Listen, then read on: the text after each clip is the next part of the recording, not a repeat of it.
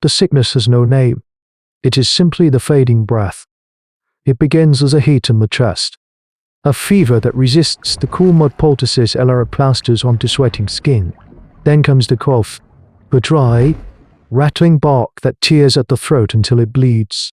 In the final days, the breath shortens, coming in shallow, ragged gasps, as if the air itself has turned to stone in the lungs.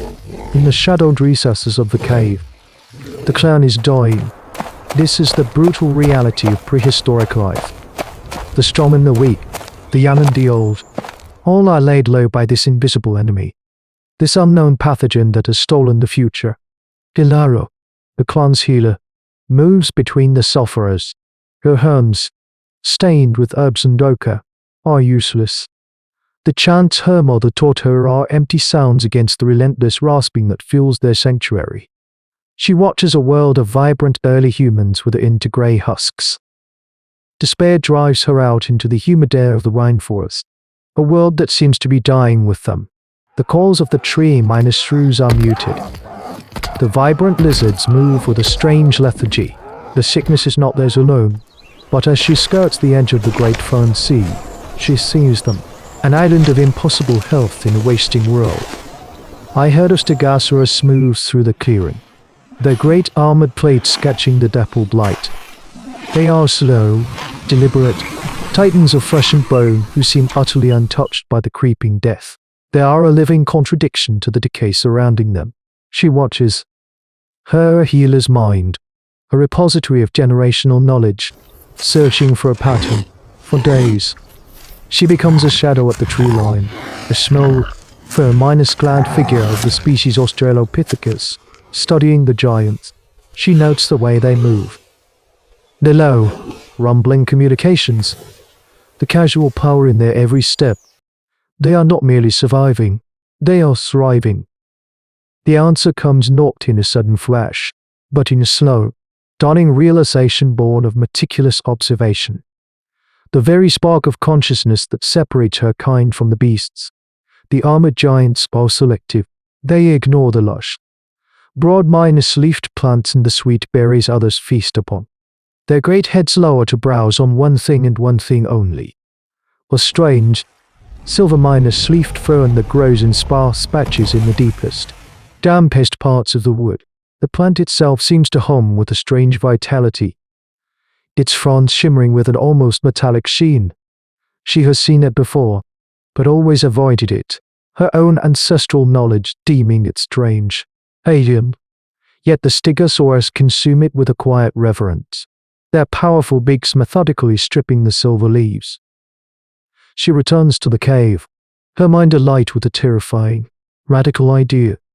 Tail, the clan's chieftain, listens with a face carved from stone. His own mate lies among the sick, her breathing a fragile thread. You want to walk into the shadow of the plated ones. He grunts, his voice thick with disbelief. For a weed. Elara holds his gaze, her own fear a cold knot in her gut. But her conviction is a burning fire. Kale, the world dies. They live. The fern is the only difference. It is a choice between the monster we know and the monster we cannot see. Just then, a child's cough echoes from the back of the cave, a wet, final-minded sounding rattle. The argument is over. The choice is made. Later, from the safety of the ridge, they look down. The silver ferns glow faintly in the twilight, protected by a fortress of living armor and tails tipped with foot-bone spears, each the length of a man's arm. Their first attempt is a fool's rush, a desperate charge born of greed. Kale leads 3 of his best hunters, including young Oleg, whose own child is fading in the cave. They move low and fast, their plan nothing more than to snatch the silver ferns while the great herbivores are grazing. But they underestimate the terrible efficiency of these living fortresses. The Stegosaurus herd does not panic or scatter. They turn, a coordinated wall of armored plates and muscle, presenting a phalanx of deadly tails. The air grows heavy with a low, guttural rumbling. Oleg, seeing a gap, breaks from cover, his stone minus dipped spear a useless twig in his hand. It is a fatal miscalculation. The dominant bull, a monster the size of a fallen log cabin, does not even turn its full body. It pivots on its massive hind legs, a movement of terrifying grace, and its tail whips through the air. The thagomizer moves not with the speed of muscle, but with the inevitable physics of a falling rock. The sound is a wet, percussive thump, a sound of bone and sinew giving way. Oleg is thrown back into the trees. A broken dull. The raid is over before it began. They drag his body back in silence, the scent of blood mingling with the damp earth. The retreat is a study in shame and terror. This failure carves deep lines into Kayla's face. It is a profound lesson in the merciless mechanics of this prehistoric world. That night, the grief in the cave is a palpable thing. A weight heavier than the stone ceiling, but beneath it, a new resolve hardens.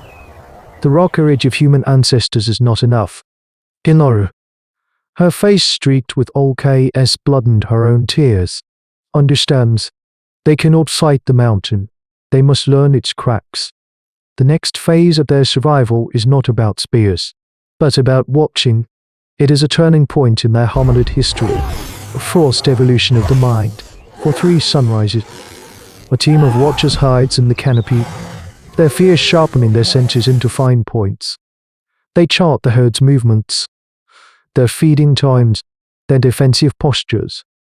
They learn that the great bull is territorial, responding aggressively to any perceived challenge on its northern flank. They observe how the females form a protective circle around the young when a car nose or calls in the distance, their tails sweeping in slow, menacing arcs. Most importantly, they study the thagomizer. They see its limitations. It is a weapon of the flanks and the rear, devastating in its awe but useless against a threat directly in front or from high above. A plan forms, whispered in the darkness of the cave, built not on strength but on cunning and an intimate understanding of their foe. It is a strategy of Prehistory, a piece of theatre to be played on a stage of life and death. It relies on their unique survival skills, the ability to coordinate, to communicate complex ideas, to predict an enemy's behavior. They would use the bull's own aggression against it. A team of 3 hunters, the fastest they have, will create a diversion to the north, making enough noise to draw the bull away from the main herd.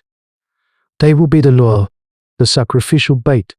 In that window of chaos, Ilaru, small and swift, will approach from the south-east, using the dense undergrowth as cover, and gather what she can. It is a plan with a dozen ways to fail, each one ending in a brutal death. But as another elder begins the rattling cough with the fading breath, they know it is the only plan they have. The signal is a hawk's cry, sharp and sudden, thrown from the throat of a man. It is Kale, he and the 2 other hunters, Rory C and Jen, begin their desperate performance. They crash through the underbrush on the northern edge of the clearing. They beat hollow logs with heavy stones, a use of primitive technology designed not to kill, but to enrage. The effect is immediate. The great bull Stegosaurus lifts its head, the low, resonating growl vibrating through the ground. Its small eyes, set deep in a horned skull, fixate on the source of the disturbance. The challenge to its territory is a language it understands perfectly, with a bellow that shakes the very leaves from the trees. It turns, its immense body a symphony of controlled power, and lumbers toward the sound. Its thagomizer swinging in a low, cautionary arc. The lure is taken. Now, it is Ilara Estern. She moves from the southern shadows, a ghost in the dappled light. Every nerve screams for her to flee. But the image of the dying in the cave is afire at her back. The rest of the herd is unsettled, their plates shifting nervously, but their attention is fixed on their patriarch's display of dominance. Elara reaches the first patch of silver ferns. They are just as she remembered, cool and vibrant, shimmering as if lit from within. Their helms, trained to be gentle with wounds and herbs, are now impossibly clumsy with fear. She begins to pluck the fronds. stuffing them into the leather pouch at her side. The air is thick with the scent of crushed vegetation and the musky odor of the giants. A low, anxious rumble from a nearby female makes her freeze. The cow turns its head, its dark eye fixing on her small, stooped form. The plan is fracturing. Kale sees it from across the clearing. He sees the female shift, the sudden tension in its posture. He sees Alara, frozen and exposed. In that instant, a choice is made, a calculation of sacrifice that is the brutal arithmetic of leadership.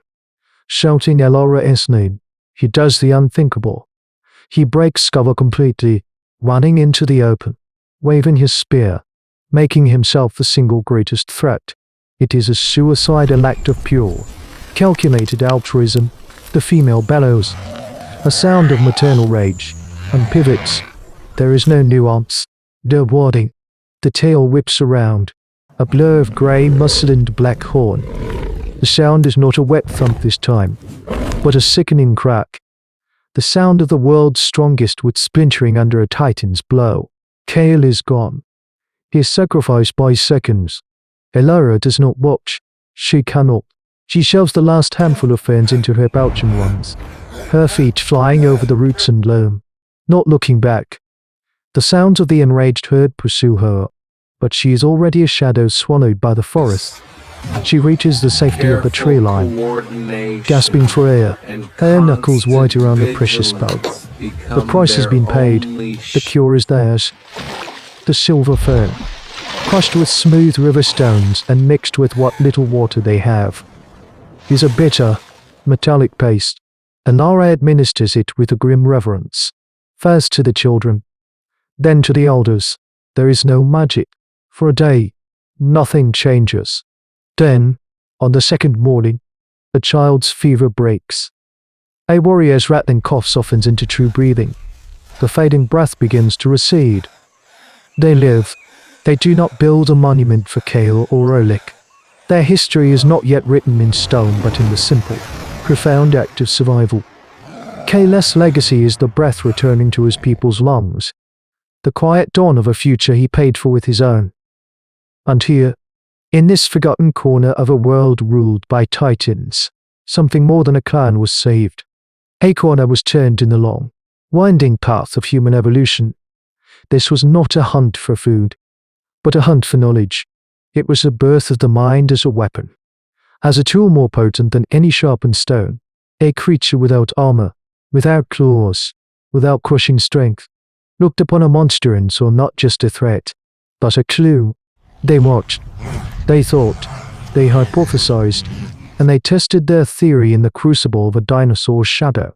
This desperate gamble, this leap of logic by ancient humans, is the very seed of science, the first spark of the empirical method, born of plague and courage.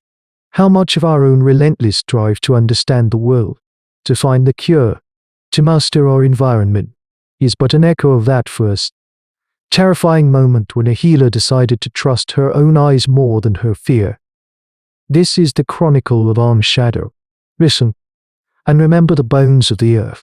But the earth itself is growing colder, and the great beasts of the north are beginning to walk south.